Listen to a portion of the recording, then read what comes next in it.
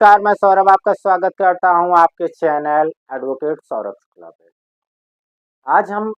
एक ऐसे टॉपिक पे बात करने आए हैं जिस पे अक्सर देखा गया है कि पति पक्ष और ससुराल पक्ष परेशान ही रहता है और पत्नी का एक ऐसा कारनामा हो जाता है कि पति का पूरा परिवार परेशान हो जाता है कि इस मुद्दे पे करे तो करे क्या। तो ये मुद्दा बहुत दूर लंबा ना बढ़ाते हुए चलते हैं वीडियो की ओर। तो मुद्दा अपना ये है कि अगर आपकी नई-नई शादी होती है, जिसमें पत्नी आपके साथ 1 महीना रहती है या 2 महीने रहती है, 3 महीने, 4, 6 साल, 2 साल रही, उसके बाद मायके चली गई और मायके जाने के बाद वहाँ से वो आने का नाम नहीं लेती है। आप जाते हैं मनाने उसे कि चलिए क्या दिक्कत हो गई है, कोई लड़ाई झगड़ा करके अगर वो आई है तो आप उसे मनाने जाते हैं और अगर लड़ाई झगड़ा करके नहीं भी आई है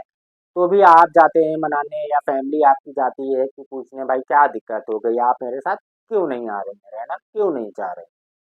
पत्नी फिर भी मना कर दे कि नहीं मुझे आपके साथ नहीं आना। अब ऐसी स्थिति में पति करे तो करे क्या, क्योंकि यहाँ पे अ, पत्नी की तरफ से बार-बार मनाही हो जा रही है और पति चाह रहा है, उसकी फैमिली चाह रही है कि पत्नी आ जाए, सही से रहे, बहू आ जाए, सही से रहे क्योंकि उन्होंने शादी की है और इन दोनों में भाई शादी की है, पैसा लगता है हर चीज़ में और उसके बाद साल 2 साल बाद वो नहीं आ रही है पत्नी, तो एक जीवन भी खराब हो रहा है साथ ही साथ, लेकिन ये पत्नियाँ और उनका परिवार अक्सर नहीं देखता।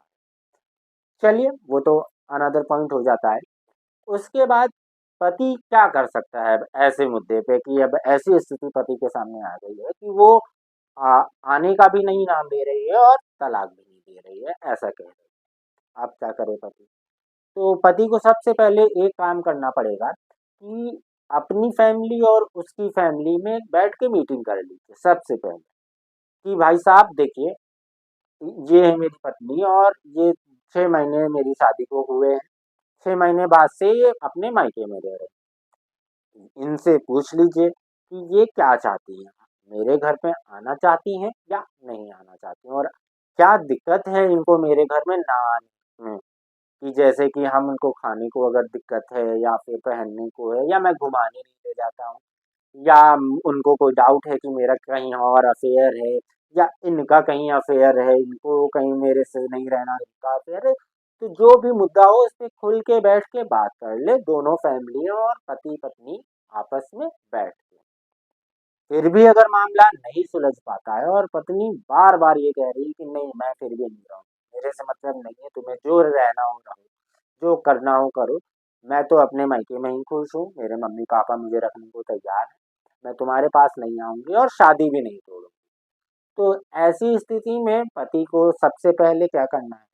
कि फिर अगर एक मीटिंग आपने कर ली है और पत्नी नहीं मान रही और धमकी पे धमकी दे रही है कि मैं आऊँगी भी नहीं, रहूँगी भी नहीं और ज़्यादा फ़ोर्स करोगी तो सुसाइड तक कर लूँगी और भी बड़ी-बड़ी धमकियाँ आपको मिल रही हैं। तो यहाँ पे सबसे पहले पति को जाना है, पति की फैमिली को जाना है नज़दीकी थाने में जो भी आपका पड़ता है, वहाँ एक एप्लीकेशन 107 सीआरपीसी और 116 सीआरपीसी के तहत दर्ज करवा दीजिए कि मेरी पत्नी मुझे मानसिक रूप से और धमकियों के रूप से परेशान कर रही है कि वो आने को भी नहीं तैयार है, तलाक देने को भी नहीं तैयार है और जब हमारी फैमिली और हम उसे मनाने या बुलाने जाते हैं तो बार-बार धमकी पे धमकी देती है कि मैं तुम्हें झूठे केस में फँसा दूँगी, मैं तुम्हें हिंसा के आरोप में फँसा दूँगी, मैं तुम्हें दहेज प्रथा में फँसा दूँगी और भी अलग-अलग तरीके से सुसाइड करने की धमकियाँ अलग-अलग तरीके से परेशान करने का मुझे कोशिश कर रही है। अब ऐसे में क्या होगा जब आप एक एप्लीकेशन अपने नज़दीकी थाने में दे देंगे तो पुलिस की तरफ से एक नॉर्मल से उनको बुलाया जाएगा पत्नी पक्ष को भी कि कैसा क्या है, समझाया-बुझाया जाएगा कि क्या आपकी दिक्कत है, आपको जो-जो दिक्कत है आप मान लीजिए। रहने के लिए जाइए ससुराल, क्या दिक्कत, शादी अगर क्यों अगर आपको नहीं रहना था, लेकिन पत्नी नहीं मानने को तैयार है, फिर भी तो आपने एक अपनी बचाव में सबसे पहले तो एप्लीकेशन दे दी, बहुत अच्छी बात हुई कि कल को कोई पत्नी वहाँ पे सुसाइड कर ले या फिर कोई दूसरी का आपका एप्लीकेशन लेटर लिख के छोड़ दे कि मैं फला-फला अपने पति की वजह से मर रही हूँ, तो इस चीज़ से आपका बचाव हो जाएगा। क्योंकि जब पत्नी 6 महीने बाद नहीं आ रही है, तो वो कुछ भी कर सकती है। दूसरा, आपको जो भी वो मैसेज के माध्यम से, कॉल के माध्यम से या आप को घर जब गया तब उसने कहा कि मैं नहीं आऊँगी आपके मायके से ससुराल और ना ही तलाक आपको दूँगी। ऐसे अगर आपको वो मैसेज में कह रही है, कॉल पे कह रही है, तो आप इसको सबसे पहले भाई रिकॉर्ड कर लीजिए। रिकॉर्ड करने के बाद अगर आप वीडियो रिकॉर्डिंग आपको मिल जाती है तो बहुत अच्छी बात है कि वो जिसमें सामने कह रही हो बिना किसी एडिटिंग की, किसी भी काट-छाँट के वीडियो एडिटिंग रिकॉर्डिंग होनी चाहिए कि आप वीडियो बना लेते हैं जिसमें पत्नी कह रही है कि मैं भाई रहूँगी नहीं और मैं मायके से ससुराल भी नहीं आऊँगी, अपने ही घर में रहूँगी। तो आप ऐसे अगर आपके पास वीडियो, ऑडियो या फिर व्हाट्सएप चैट आपके पास है तो नए कानून 2024 के तहत अब ये जो डिजिटल एविडेंस को भी सुप्रीम कोर्ट ने और हाई कोर्ट या सिविल कोर्ट में मान्यता मिल गई। तो अब यहाँ पे इस प्रूफ के तहत आप क्रुएल्टी के ग्राउंड पे तलाक ले सकते हैं, जिसमें आप बता दीजिए कि देखिए पत्नी ऐसी-ऐसी हमारे साथ क्रूरता कर रही है, क्योंकि ये क्रूरता के अंदर आता है। इसका ग्राउंड जो भी बनेगा क्रूरता बनेगा और आप उस बेस पे जाकर के इस वीडियो एविडेंस और चैट के माध्यम से आप डिवोर्स के लिए अप्लाई कर सकते हैं।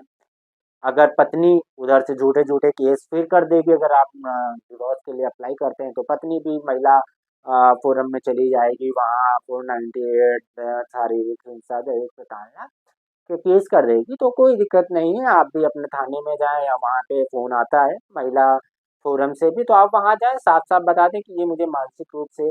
परेशान कर रही है, तो मानसिक क्रूरल्टी। दूसरा, यहाँ पे आपका मायके से ससुराल नहीं आ रही है, तो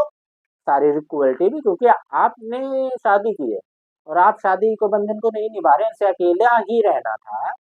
जिसे सारे काम खुद ही करना था, शादी उसने की हो, तो मानसिक शारीरिक दोनों क्रूरल्टी के तहत ये मुझे परेशान कर रही है।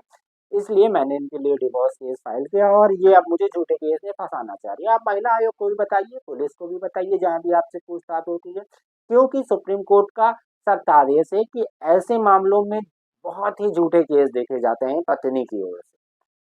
तो सुप्रीम कोर्ट ने भी ये साफ तौर पे कह दिया है कि ऐसे मामलों में पति को तुरंत अरेस्ट ना करें और ना ही उससे अपराधी की तरह बिहेव करें, क्योंकि अधिकतर मामले ऐसे झूठे होते हैं और दूसरे ये आपके आपराधिक मामले ना होकर के फैमिली कोर्ट के मामले हैं, तो इन्हें फैमिली कोर्ट की ही तरह सुलझा बुझाकर खत्म कर लिया जाए। लेकिन फिर भी अगर नहीं यहाँ पे सुलझाव हो पाता है तो नॉर्मल सा पति अपने डिवोर्स के लिए ये ग्राउंड लेकर के उल्टा का मानसिक